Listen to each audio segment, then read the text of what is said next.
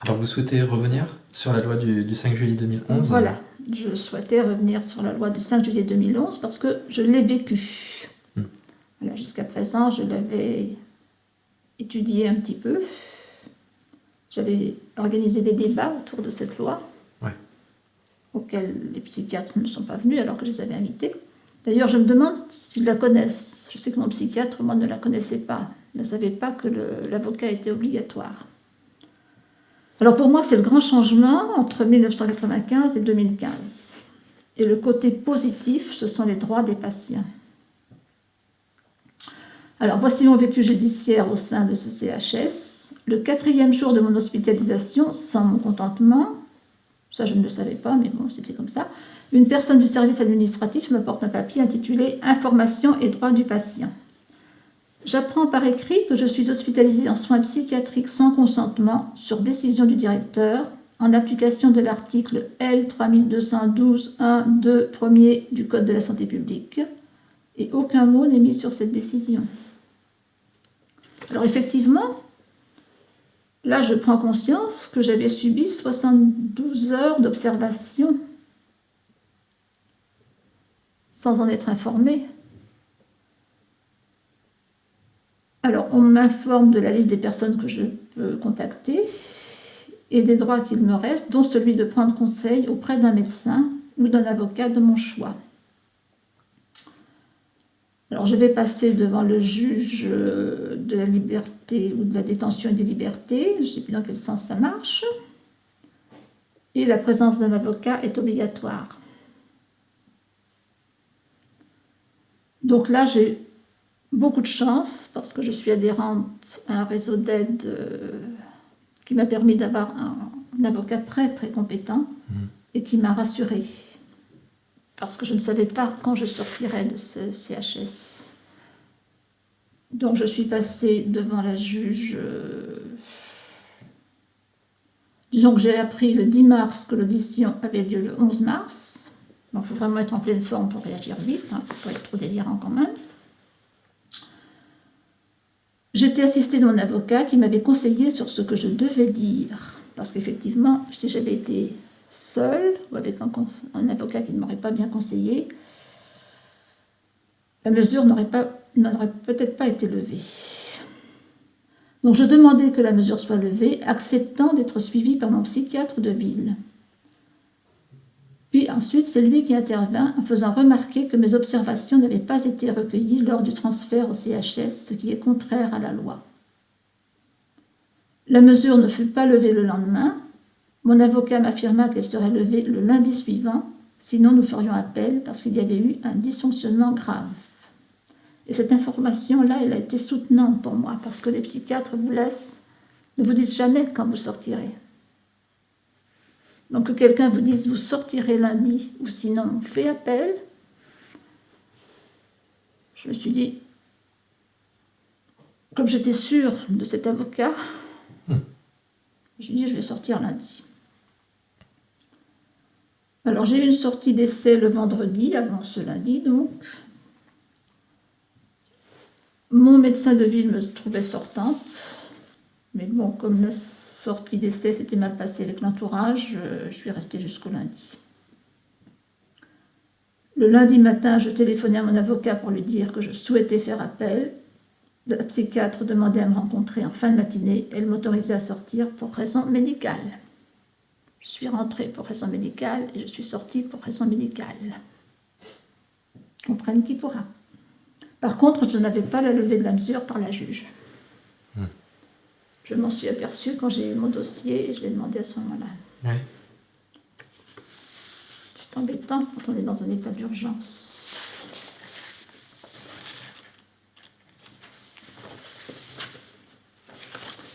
Voilà, je pense que j'ai terminé autour de cette loi.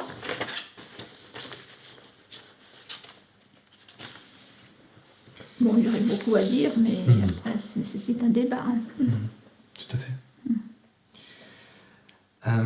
Alors, cette démarche d'écriture, vous l'avez faite pour vous, et donc dans le but de sensibiliser le public, année après année, ville après ville. Et vous m'avez écrit lors d'une correspondance: nous n'avons pas le droit de nous taire sur les soins contraints qui, pour moi, peuvent être criminels. Alors, vous parlez de silence. Euh, Quelles ont été pour vous les conséquences du silence? Qu'auriez-vous attendu?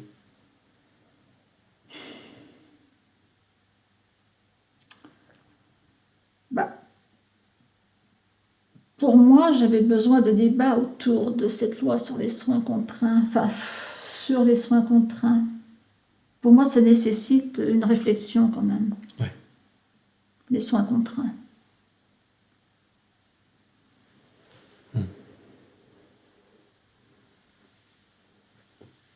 Et là, je ne me sens pas entendue, encore une fois, parce que bon, j'ai organisé 2 débats.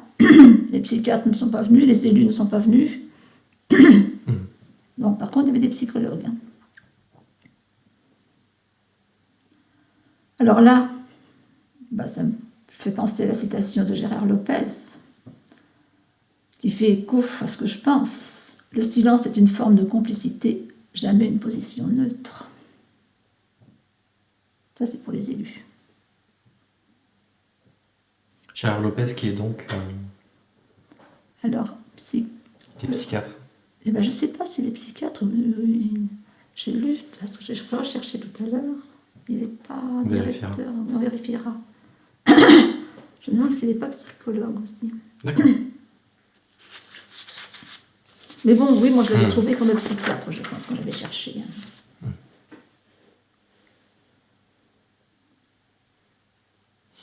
Est-ce que le soin contraint par l'hospitalisation d'office à la demande d'un tiers reste pour vous quelque chose d'antithérapeutique en soi, dans tous les cas?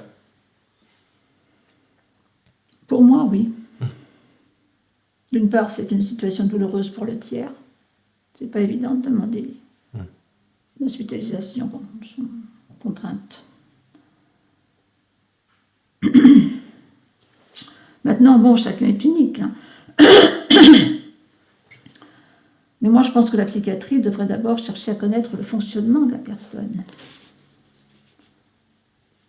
Je reviens au moment de la crise à la station de radio. Je pense que le policier, voilà, lui, il avait trouvé, comment je dirais, moi, pas le comportement, peut-être aussi le comportement à adopter, pour me faire sortir rapidement du délire. Je pense qu'il faut se déplacer sur le lieu de la crise et rassurer le patient. C'est ce que j'ai appris aussi. J'étais allée à un forum à Marseille avec le rêve. Et il y avait des psychiatres étrangers qui expliquaient que ça existait, ça. On pouvait se déplacer sur le lieu de la crise. Alors justement, c'est la question que j'aimerais vous poser. Comment accompagner justement une personne dès les premiers moments d'une décompensation psychique, d'une crise assez violente? Si la crise est violente, si la personne est dangereuse pour elle ou pour l'autrui, c'est plus difficile. Moi, je pense que si on peut s'en approcher, il faut utiliser la contention humaine et parler. Par contre, si on ne peut pas s'approcher, là, j'avoue que c'est un cas extrême auquel je ne sais pas trop répondre. Mais pour moi, la violence des interventions auxquelles nous assistons ne me semble pas acceptable humainement. J'ai l'impression qu'on condamne les gens à mort sans jugement. Parce que, voilà, quand les gens sont dangereux, on tire sur eux. Donc pour moi, c'est une peine de mort sans jugement. Moi, je trouve que la société est guerrière et que l'on ne cherche pas de solution pour neutraliser quelqu'un sans le tuer. Parce que cette personne aurait le droit de parler. Tout comme les chauffeurs de voiture qui font des morts. Ils ont un jugement. Les suicides au travail, il y a un jugement. Là, il n'y a pas de jugement. Et dans les situations les plus extrêmes où on pourrait rencontrer par exemple dans la rue quelqu'un qui est en train de décompenser psychiquement, À ce moment-là, s'il n'y a pas un entourage sensible à cette personne-là, si cette personne-là est toute seule, complètement isolée dans la rue, comment l'accompagner si on se rend compte qu'elle est en train soit de se faire du mal, soit de faire du mal à l'autre? Parce que là, Eh du coup, ben, la question de l'hospitalisation sous contrainte, ou en tout cas d'une intervention en urgence, elle se pose à ce moment-là, parce qu'il n'y a pas beaucoup d'options. La marge de manœuvre est très... c'est extrêmement difficile. Moi, je l'ai infime. vécu pour un ami qui a décompensé Ouais, énormément. Il a pris, enfin, il a pris sa voiture, il est allé n'importe où, il a pris une 4 voies à contresens. d'accord.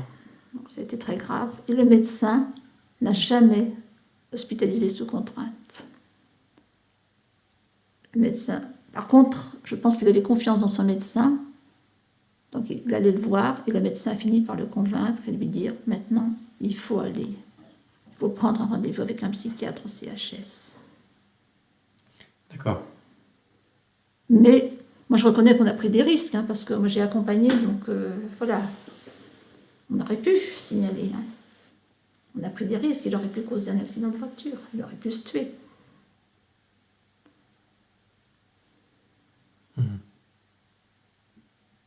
Moi j'ai trouvé ce médecin exceptionnel. Parce que bon, on faisait des mails régulièrement pour lui expliquer la situation. Et il répondait toujours, vous lui dites bien qu'il a rendez-vous tel jour à telle heure, il faut qu'il vienne me voir.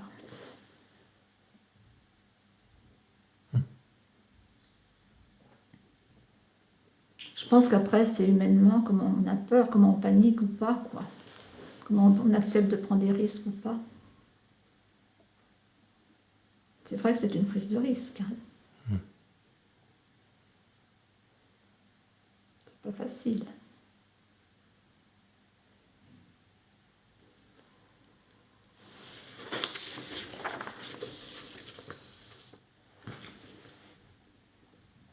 Mais bon, j'y pensais à ça, mais je me disais que dans notre société, personne ne devrait être isolé socialement. Si notre société fonctionnait bien. Ce problème-là aussi. Pourquoi les gens sont-ils isolés socialement?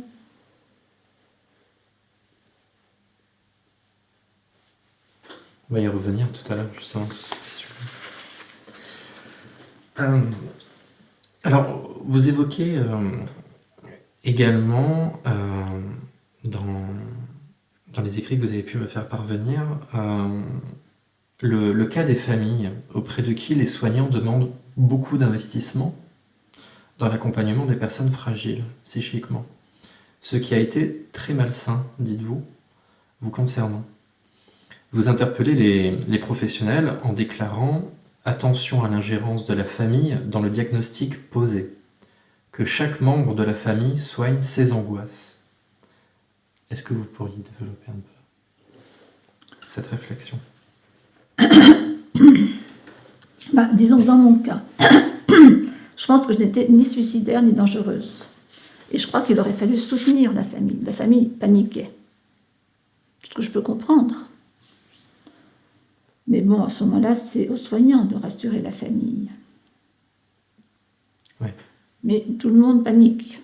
Les soignants paniquent aussi. Donc, on n'en sort pas. Alors, je trouve l'ingérence des familles éventuellement dangereuse et cela me fait peur parce que mon psychiatre de 1995 m'a dit « Certaines familles sont aidantes, d'autres se servent du trouble. »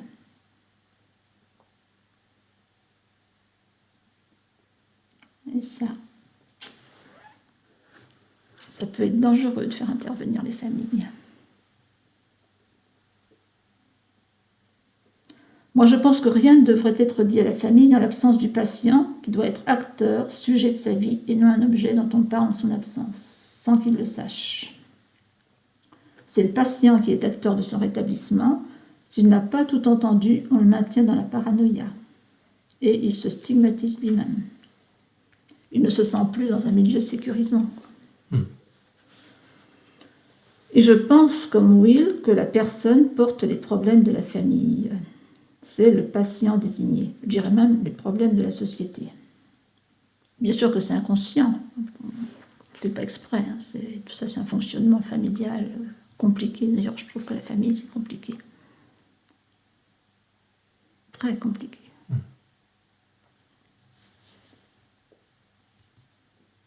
Certaines maladies, pour vous, que ce soit psychique comme somatique aussi, peuvent être une forme de réaction par rapport à un environnement un peu anxiogène, qu'il soit familial ou Bien sûr, au niveau tout à de fait. la société. Même par rapport à la société.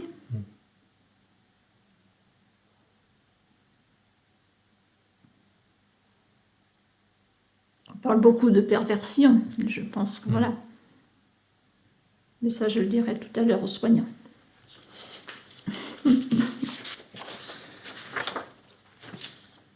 Alors, les différentes journées de rencontres auxquelles vous avez participé dans les réseaux associatifs vous ont permis de retrouver, dites-vous, une autonomie, le sentiment d'exister à nouveau. Elles ont eu un effet soignant chez vous. Vous avez découvert la vision européenne des droits des personnes en santé mentale et à quel point pouvait résider en France de l'aide des informations.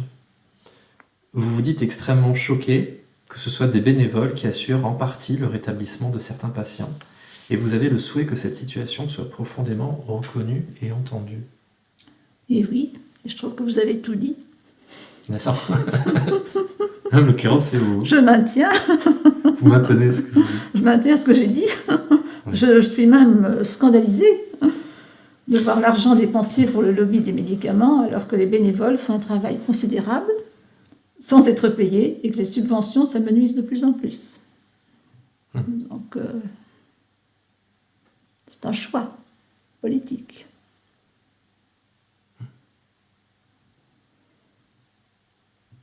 Et vous avez pu réellement trouver de quoi vous ressourcer justement dans ces réseaux d'entraide.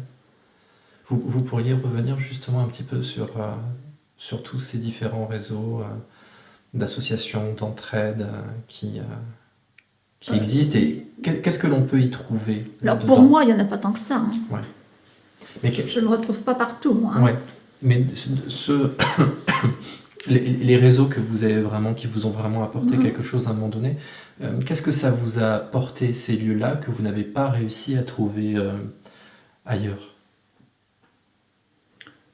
Une écoute, hein. Ouais. Une écoute. Et alors voir plus dans les ateliers auxquels j'assiste maintenant, quoi. Voilà. Là, je fais vraiment un travail sur moi dans ces ateliers, quoi. Ouais.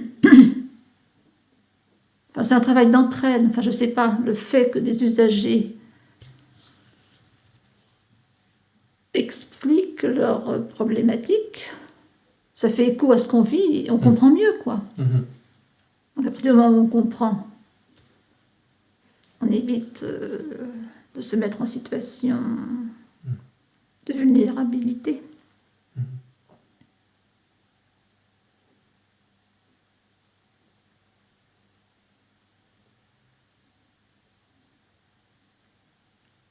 Mais bon, effectivement, il n'y a pas beaucoup de patients français qui témoignent, quoi. Ouais. Je pense que ça, c'est un problème. Que ce serait bien qu'on puisse se retrouver, qu'on puisse créer des réseaux. Il n'y en a pas assez en France pour vous, d'après ce que vous avez un peu traversé? Bah, moi, là, enfin, les ateliers auxquels j'assiste, ce sont toujours des usagers étrangers. Ouais. Anglais, américains, alors des psychiatres, c'est hollandais, brésiliens, américains. Voilà ce que je rencontre, moi. Pas de psychiatre français. Et comme les usagers, on les fait taire, c'est difficile de reprendre la parole après. Hein. Ça demande du courage. Et de la force. Et quand on est sous traitement, on n'a plus beaucoup, on n'a pas cette force-là. On a du mal à parler.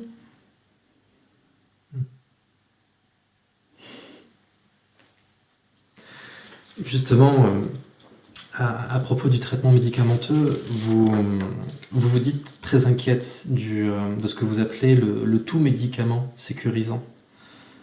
Là où ce sont les mots qui vous ont sauvé, vous évoquez la dangerosité du médicament quand il anesthésie toute responsabilité, quand il remplace donc la parole, le fait de ne pas le remettre en question de prime abord, quand il y a des erreurs médicales et des avis divergents entre psychiatres.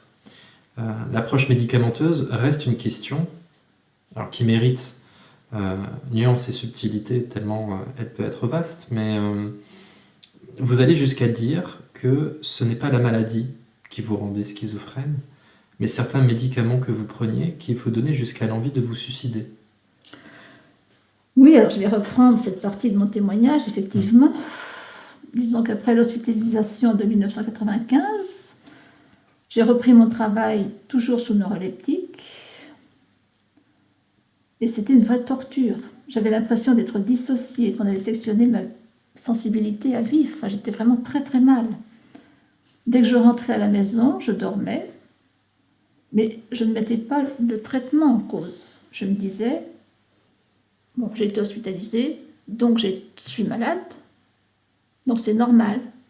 Ce comportement est normal. C'est parce que je suis malade que je suis comme ça. Alors, je ne sais pas pourquoi je dis schizophrène, parce que pour moi, schizophrène, ça ne veut rien dire, mais bon, c'est ce mot qui est venu. Alors, cela dure des mois, puis un jour, une collègue me balance, pas gentiment, hein, c'est parce que je n'étais plus la même et que je ne faisais plus mon travail de la même manière. Ah, puis toi, arrête ton traitement parce que tu n'es plus la même. Et cette réflexion m'a fait réagir, j'ai arrêté mon traitement, et là, j'ai retrouvé ma joie de vivre, mes émotions. Donc, je me suis dit, bah, c'est pas la maladie qui me rendait schizophrène, mais c'est le traitement. Donc j'en informe mon psychiatre en lui disant « Rien ne m'a jamais donné envie de me suicider, mais le Soliant, si. » Il respecta ma décision et me dit que le Soliant était une erreur médicale pour moi. Et depuis cet épisode, il me laissait gérer mon traitement. Voilà, c'était d'un commun accord. Voilà. D'autre part, on connaît les effets secondaires sur la libido quand même. Donc pour moi, il n'y a plus de vie, quoi. Oui. Vous, vous êtes toujours sous traitement léger? Alors, je suis toujours sous traitement léger. Alors, j'ai plusieurs médecins, donc mon psychiatre. Alors lui, je crois que celui est égal. Si j'arrête, je prends mes responsabilités. Mais c'est moi qui ai peur maintenant. Peur d'arrêter. Moi, je prends un demi-Haldol et 2 Tranxène, bon, pour dormir. Ça dépend le sommeil. Voilà, ça j'y tiens. Le sommeil, je crois que c'est important pour moi. Mais le demi-Haldol, je n'ose pas l'arrêter parce que j'ai peur de décompenser à nouveau et j'ai peur des soins contraints. Décompenser, ça m'est égal. Parce que moi, je remarque que je récupère, je me rétablis. Mais c'est la réaction des psychiatres face à la décompensation. Je dis que je peux me retrouver sous neuroleptique retard et ça, c'est très menaçant pour moi. Est-ce que vous pensez que c'est...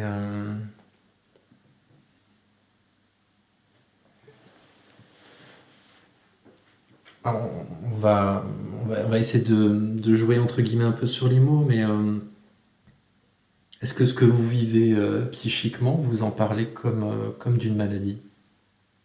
Est-ce que vous donneriez le terme de maladie? Ou pas? Moi, dans mon cas, non.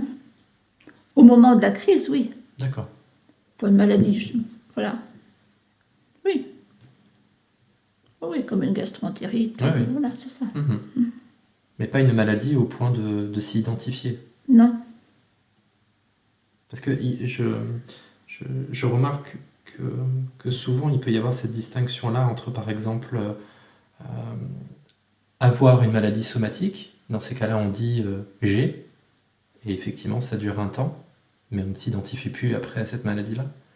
Mais dès qu'on est sur la vie psychique, on dit pas, euh, on dit moins j'ai une schizophrénie, on va dire plus je suis schizophrène. Voilà, Comme c'est si à partir du moment où, si c'est quelque chose qui est comme ça installé, révélé, ça n'est plus pensé comme un épisode, mais comme un état permanent. ça. Mhm. Et qui peut, dans ces cas-là, pour certaines personnes, effectivement, on peut l'entendre vraiment du côté d'une espèce de signature et d'une condamnation dans laquelle on Voilà. ne se sort jamais, quoi. Bien sûr, on les condamne à ça. Donc ils ne peuvent pas se rétablir. Je suis schizophrène, la famille dit voilà. Oh, c'est bipolaire surtout. Ma femme est bipolaire, ma fille est bipolaire, mon fils est bipolaire, tout le monde est bipolaire. Donc, non, là par contre, je pense que c'est là que j'ai une certaine résistance au psychiatre. Et c'est pour ça que je suis contente d'avoir trouvé le rêve. Mhm. Parce que j'ai pas trouvé ça ailleurs quand même. Enfin, peut-être dans une autre association.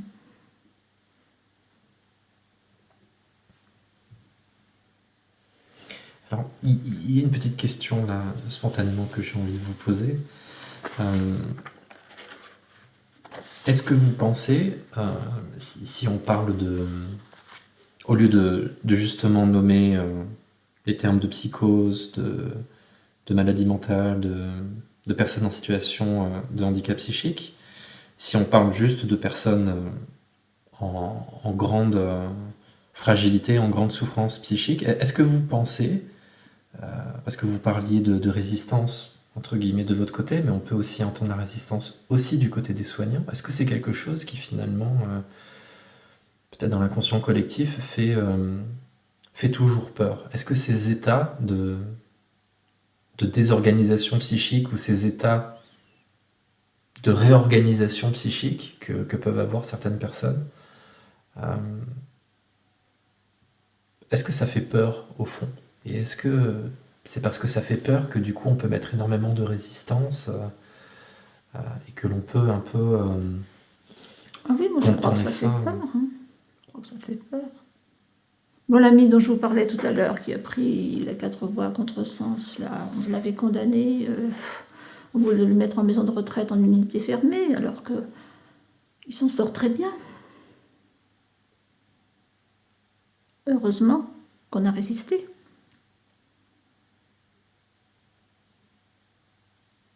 Et qu'est-ce qui... Bon, elle est pas simple comme question, mais qu'est-ce qui fait peur? Qu'est-ce que ça renvoie de l'humain?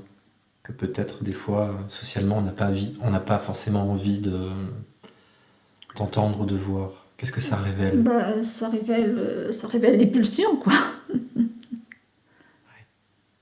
Pour moi, voilà, c'est ça, je voulais le dire tout à l'heure. On va développer ça. Voilà, quoi, D'accord, par très rapport bien. à la question de l'humain. Alors oui, en discutant avec une infirmière récemment autour de votre témoignage, on a beaucoup parlé de cette fameuse question de l'éducation à la santé. Vous parliez tout à l'heure de l'isolation sociale, l'isolation psychique. Alors, on pourrait définir l'éducation à la santé par le fait d'écouter en premier comment la personne parle de sa souffrance, ce qu'elle vit à l'intérieur d'elle-même, pour s'adapter et construire par la suite avec elle le meilleur accompagnement possible. Alors, c'est quelque chose qui peut être valable autant chez les professionnels que pour l'entourage, mais cela demande à minima une compréhension, une élaboration et un accord commun sur les mesures d'accompagnement. Mais ce n'est clairement pas évident tout le temps, de part et d'autre. Alors, la question que l'on pourrait se poser, c'est que pour prévenir toujours plus et en amont le phénomène de la dépression, qui s'associe souvent à la fragilité psychique, quelle qu'elle soit, pensez-vous qu'il manque encore de trop d'éducation à la santé dans les pratiques soignantes comme sociales, que ce soit dès la petite enfance jusque dans le milieu du travail, et voire même au-delà. Alors, je vais vous dire qu'avec cette question, vous m'avez mise en difficulté, parce que moi, je ne vois pas d'éducation à la santé. Vous n'en voyez pas du tout. Pas du tout. J'ai juste une petite lueur d'espoir, là, parce que j'ai une jeune fille très proche qui a découvert la relaxation au cours d'un stage pour le BAFA. On leur demande, on leur a, pour leur conseiller quoi, de faire de la relaxation aux jeunes. Et je pense que ça, c'est un début de thérapie alternative, la relaxation, parce qu'il peut mener vers la méditation dans l'avenir, quoi. Ça, c'est une lueur d'espoir, qu'on apprenne ça dans l'éducation, quoi. Très, très peu de, Mais sinon, je très vois peu pas de de... prévention. Bah non, enfin... Non, moi je sais pas. Au début que j'étais enseignante, j'ai un ami qui nous avait proposé un groupe de parole. Oui. Donc on était en cercle autour d'un psychologue, il y avait une seule personne qui parlait, et moi, je ne sais pas si c'était pareil pour les autres, mais personnellement j'étais apaisée pour 3 semaines au niveau du travail. Et comme c'était toutes les 3 semaines, c'était très bien organisé, quoi. Au niveau de la souffrance au travail, j'ai trouvé ça extraordinaire, et je pense c'est pas difficile à faire ça. Moi j'ai essayé de proposer des groupes de parole autour de ce qu'on peut appeler la maladie mentale, quoi. Mais bon, les gens ne sont pas réceptifs. Hein. C'est-à-dire? Bah, les personnes concernées ne sont pas tellement prêtes à s'investir dans un groupe. Pourtant, avec le phénomène des réseaux sociaux, apparaissent petit à petit des groupes, ou en tout cas Internet a pu permettre dans certains forums des discussions, des regroupements. Après, il y a l'association le Rêve et d'autres types de réseaux. Mais donc c'est quelque chose qui existe, mais peut-être ce n'est pas encore assez visible ou assez médiatisé d'un point de vue national. Voilà, c'est le mot visible en fait, Ouais. qui est bien adapté. Ce n'est pas visible. Et puis souvent c'est éloigné, hein, parce que moi, voilà, faut que j'aille à Paris. Ouais. C'est pas évident. Hein. C'est pas permis à tout le monde. Je pense qu'on pourrait en faire localement. C'est comme les produits locaux, ça. Parce que quand on parle d'éducation à la santé, quand on parle de manque de visibilité, on parle très clairement de ce qui pourrait être les mesures d'accompagnement de l'État, du gouvernement, dans leurs moyens, dans leur politique d'aménagement, d'accompagnement, pour essayer justement peut-être un peu plus de répartir sur le territoire la construction comme ça de ces espaces-là. Moi, je vais vous dire, je pense que c'est pas un hasard si les psychologues sont beaucoup moins payés que les psychiatres. C'est un choix. On n'a pas fait le choix des mots, à mon avis. À partir du moment où on ne donne pas les moyens, on peut, bon, je vois en sophrologie, on s'est organisé sous forme d'une petite association pour que ça revienne moins cher. Et c'est vrai qu'il faut reconnaître que c'est une femme, donc je crois qu'on dit la mère, non ? Madame la mère nous prête un local gratuitement, voilà, on ne paie pas de chauffage, mais c'est exceptionnel. Hein. Ouais. C'est exceptionnel de trouver des élus comme ça. Et il faut qu'on se déplace à la campagne.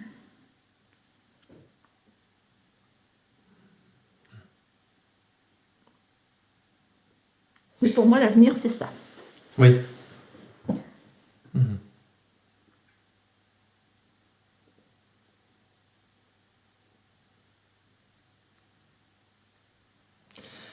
Alors vous avez pris justement à un moment donné la décision de consulter un ostéopathe. Vous lui parlez de votre délire, il vous propose de faire un travail sur vous, vous acceptez, et depuis donc vous faites une analyse avec un psychothérapeute, de la sophrologie, vous faites du yoga. De quelle manière justement cela vous a permis de mieux vous vivre psychiquement, cette approche justement physique du soin? Alors ça, j'avoue que j'ai découvert tard ces thérapies en Oui. médiation corporelle et je suis vraiment stupéfaite de ce que je découvre, et toujours. Oui, Voilà. C'est vraiment le connais-toi toi-même. Alors, je n'avais pas pensé à la psychothérapie de moi-même par un psychologue parce que je pensais que les psychiatres, enfin, ce qu'on me faisait faire, c'était de la psychothérapie. Je comprenais rien, mais bon, je me suis dit, c'est parce que je ne parle pas. C'est vrai que moi, je suis silencieuse chez le psychiatre. Mais bon, chez le psychologue, je parle. Alors, la psychothérapie, enfin, toutes ces thérapies-là me permettent de m'ancrer dans mon identité. Et je le sens physiquement et psychiquement. C'est s'ancrer dans son identité. Ça permet de résister aux agressions, quoi, parce que je trouve qu'on est très comme un punching ball. On reçoit beaucoup de coups. Et pour moi, ça, c'est des sources de dépression. Donc le fait de se recentrer, de s'ancrer, c'est très important pour moi. Parce que c'est à la fois physique et mental. oui. Tout est lié. Mhm. Bon, ça m'apporte beaucoup sur le plan énergie, Oui. sur le plan apaisement aussi, mental. Et quelquefois, j'utilise la nuit quand j'ai des insomnies, quoi, pour me rendormir. Alors, là, j'étais stupéfaite avant la tuerie de Charlie Hebdo, là, où je commençais à délirer un petit peu, parce que la méditation m'a permis de décoller de mon cerveau des pensées délirantes. Et j'en ai pris conscience. Je me dis, tiens, ben là, je délire.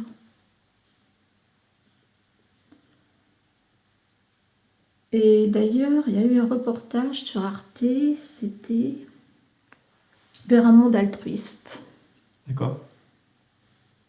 sur les preuves scientifiques des effets de la méditation sur le cerveau.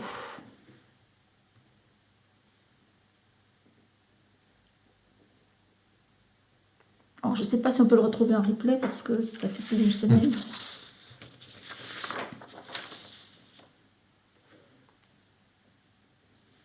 Donc toutes ces thérapies vraiment... Ah ben, pour moi, ça a changé ma vie. Ouais. Hein. C'est la source, ce sont mes soins. Maintenant, c'est pas donné non plus. Hein. Parce que c'est pas remboursé par la sécurité sociale. Qu'est-ce qui est remboursé par la sécurité sociale? Les médicaments.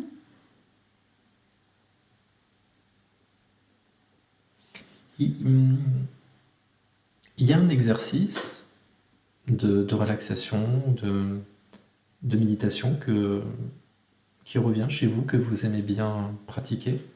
Alors, je peux donner une idée d'ailleurs. Il suffit de chercher Balados Passeport Santé sur Internet. Et D'accord. vous avez des exercices qu'on vous propose. Alors, moi, j'aime bien l'exercice avec David Servan-Schreiber. Relaxation, alors. Relaxation guidée par David Servan-Schreiber. D'accord. C'est vraiment cette relaxation-là qui a fait décoller la pensée délirante. Bon, alors maintenant, j'en fais avec une personne proche, voilà, qui est mon guide un peu, voilà. Parce que je veux D'accord. évoluer dans la méditation et c'est pas évident de trouver un guide. Oui. Mais je pense qu'on a besoin d'un guide, mais voilà.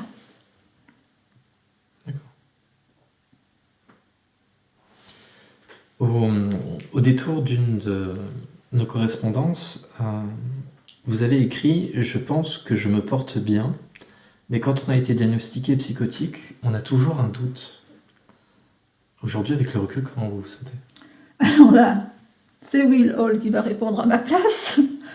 Le système apprend aux personnes à être encore plus effrayées de leurs expériences. Voilà, ça fait tout à fait écho à mon état suite à cette dernière hospitalisation.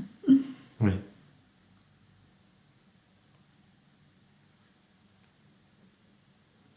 Quand je prenais du Loxapar, je tremblais à cause du Loxapar, mais maintenant je tremble à cause de la peur.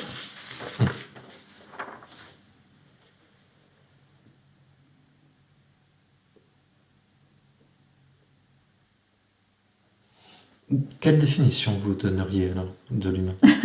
On y arrive. On y arrive. Alors, quand j'ai vu cette question, Ouais. j'ai pensé à une histoire que je racontais aux enfants où il y avait un tas de feuilles, et sur les tas de feuilles, il y avait des petits hérissons. Et pour moi, l'humain, c'est un tas de pulsions qu'il faut modeler par l'éducation et l'amour pour donner une forme humaine collectivement, vivable. C'est-à-dire devenir sociable, respecter la dignité de chacun et surtout faire preuve d'empathie, de tolérance, tout en respectant son identité. C'est-à-dire savoir fixer les limites à l'autre. C'est ça que j'appelle l'humanité. Et le fait d'avoir rencontré cette forme d'humanité à l'atelier de Will Hall, ça a été résilient pour moi.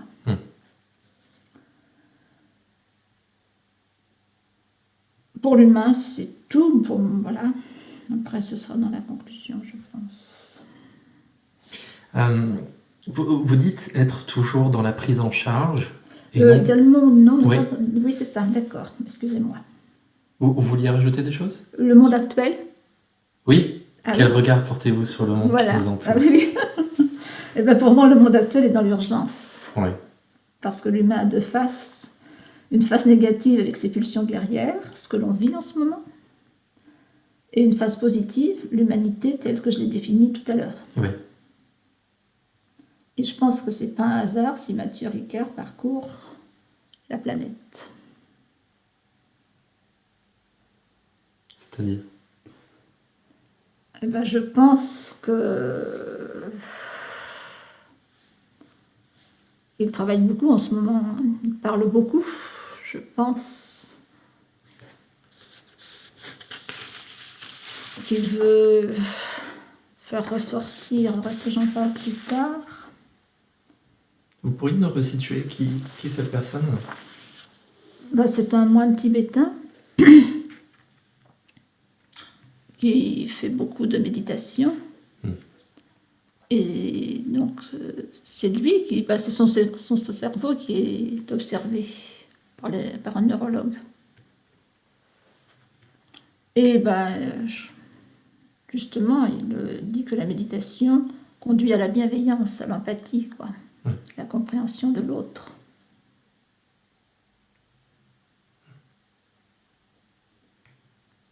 Par une forme, alors on dit sagesse, c'est un bien grand mot, mais bon. C'est vrai qu'en méditant, on peut prendre des décisions qui sont beaucoup moins pulsionnelles que dans l'action.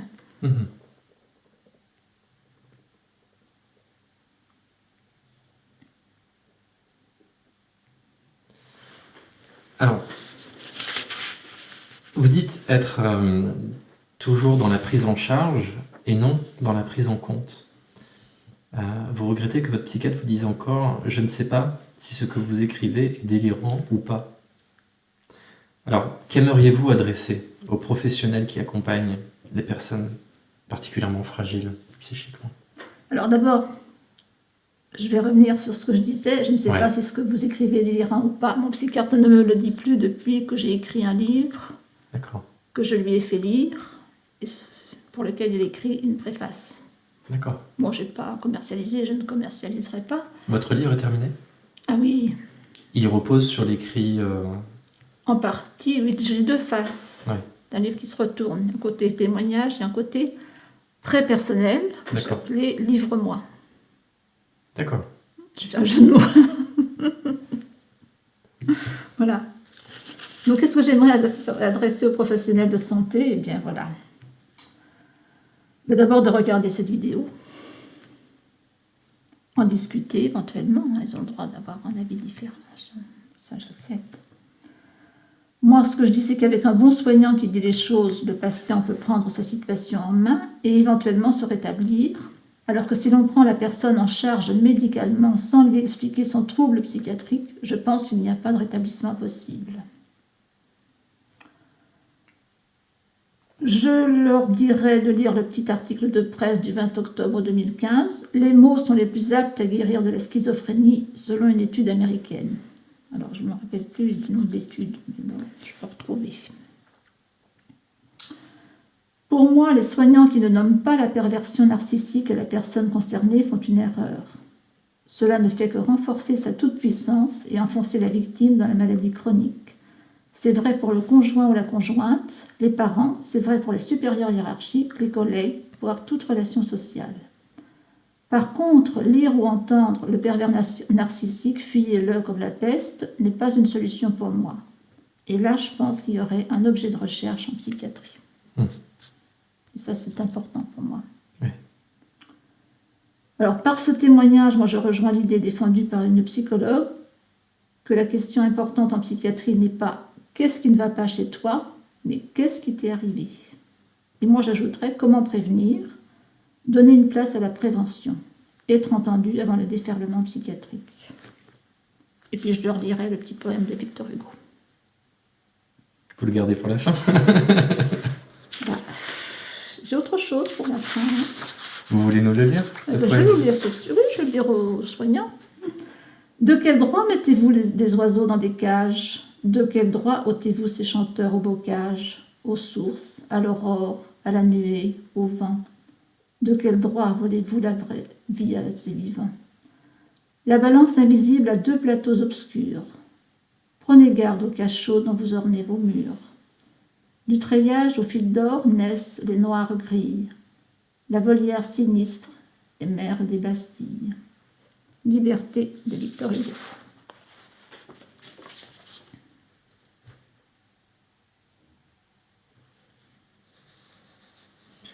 Alors, vous soulignez l'importance de transformer le traumatisme en témoignage souriant. Mais alors, c'est pas moi, là, c'est Boris Cyrulnik. C'était Boris Cyrulnik? Oui. D'ailleurs, je termine par ça. D'accord. Non, je termine pas par ça. Je réponds à la personne qui a laissé le commentaire sur Facebook. Parce que c'est une jolie formulation et très pertinente. Transformer le traumatisme en témoignage souriant. Comment vous l'entendez, vous? On ne fait que ça aujourd'hui. C'est dommage, on ne peut pas le voir, mais on l'entend. On n'a fait que ça, donc voilà. Rien à ajouter. Alors justement, oui, il y a eu un commentaire qui a été posté sur Facebook. Parce qu'en fait, du coup, il faut le dire que cette démarche, elle a été inscrite dans justement quelques groupes d'entraide qu'il y a sur Facebook autour des termes justement de schizophrénie ou de bipolarité. Et en publiant la bande-annonce de votre interview, une personne a laissé ce commentaire et je voulais absolument le partager avec vous et de manière publique parce que je le trouve particulièrement intéressant, puis vous allez nous dire justement ce que vous en pensez. Alors le commentaire disait « Il y a de sérieuses lacunes dans la prise en charge des psychotiques. J'en étais le témoin direct, mais il y a peut-être des expériences plus positives. La schizophrénie ne doit pas être lue comme une espèce de voyeurisme qui entretient le cerveau pulsionnel des masses médias, mais plus comme une bataille sans cesse pour ne pas sombrer dans les pulsions dévastatrices. Car la maladie est avant tout un mode de fonctionnement qui ne peut s'adapter à cette putain de société, où l'on amalgame les solutions avec les objectifs, où l'on amalgame le bon vouloir avec les conclusions hâtives.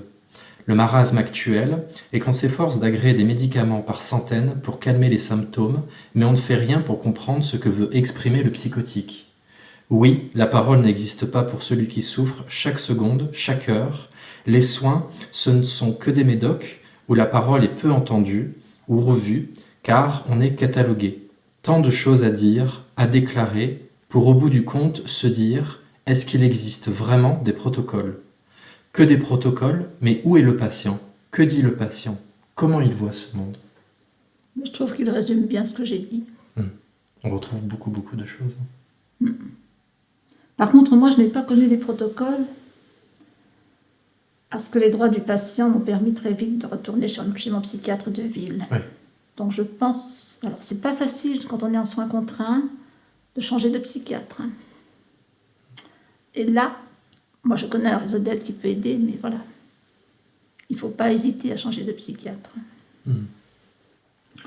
Et puis, pour soutenir cette personne, je lui dirais ce constat scientifique de Boris Cyrulnik. J'étais psychiatre.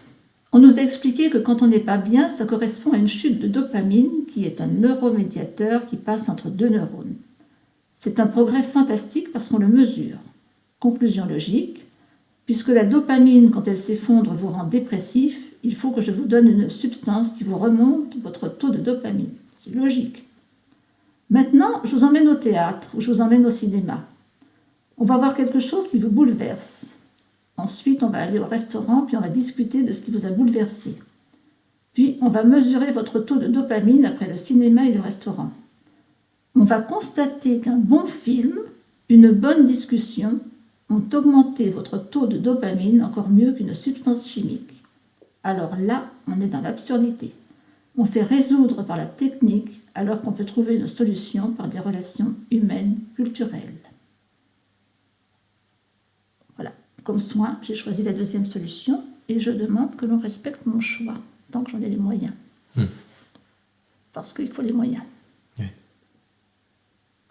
C'est facile de faire taire les gens en ne donnant pas les moyens.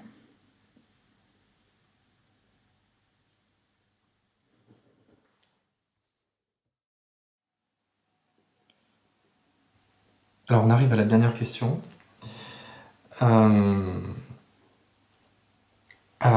À la lumière de ce que vous avez pu m'écrire, j'ai retenu personnellement plusieurs choses. L'importance, quoi qu'il arrive, de respecter, voire renouer avec l'enfant qui est en nous. Le besoin de verbaliser, de mettre du sens sur les choses qui nous échappent. Le fait que chacun ait une histoire unique à raconter. Et pour vous citer une nouvelle fois, l'importance de reprendre sa vie en main collectivement. Pour conclure et continuer d'ouvrir cette réflexion justement plurielle, et tout ce qui peut justement représenter la vie psychique, quel serait un peu votre message de fin? Qu'est-ce que vous aimeriez dire? Alors je dirais, soyons acteurs de notre santé, soyons acteurs de notre vie, soyons sujets et non objets, mais ensemble. Pas de sujet tout seul, dans son coin. Je pense que les soins alternatifs conduisent à l'ouverture du cœur, comme dit mon enseignante du yoga. Ils conduisent à cet humain devenu invisible en cette période troublée, mais qui reviendra visible rapidement, je l'espère. Je regardais il y a quelques mois une vidéo qui disait, alors c'est une vidéo de Boris Cyrulnik, Oui. qui disait « Si une blessure peut parfois nous faire évoluer, l'impossibilité de l'exprimer risque de devenir une souffrance aussi percutante que le traumatisme lui-même. Cette deuxième blessure serait plus déchirante, tu ne parleras pas, alors qu'il faudrait réussir à transformer le traumatisme en témoignage souriant. Ces paroles font écho à ce que j'ai vécu. Il y a tant de possibilités de censurer la parole. Merci au collectif L'Humain Visible de m'avoir donné la parole. Et je dis, osez prendre la parole pour que nous partagions nos expériences. Eh bien, merci beaucoup, encore une fois. Mais merci à vous. Et puis, à bientôt. J'espère.